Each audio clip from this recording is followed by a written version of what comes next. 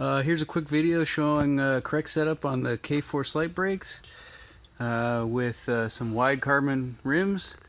Basically, you can see that when I squeeze the lever, the pads contact the rim, and then the cable and the brake arm are at a 90-degree angle. I'm talking, this angle here. So when I squeeze the lever, 90 degrees. That's the best setup, and the way to achieve that is to move the pad spacing washers to the outside of the brake arm. Gives you a little more clearance, a little more movement. Now, on our bike setup, with the K-Force WE levers and the brakes, pad contact occurs about this point, but I can still squeeze the brake lever for more power all the way to the handlebar.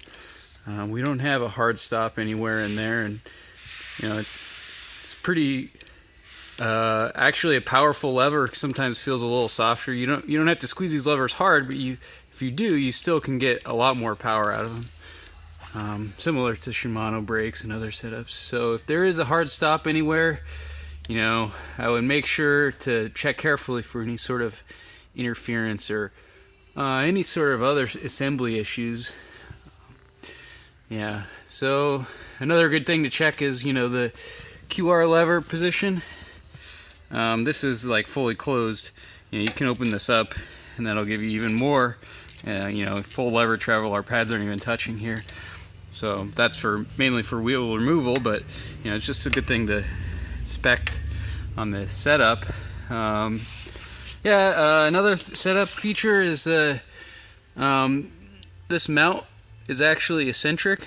We have it in the lower position right now. The lower position moves the brake a little bit closer to the tire and wheel, and that gives you actually a little more power. But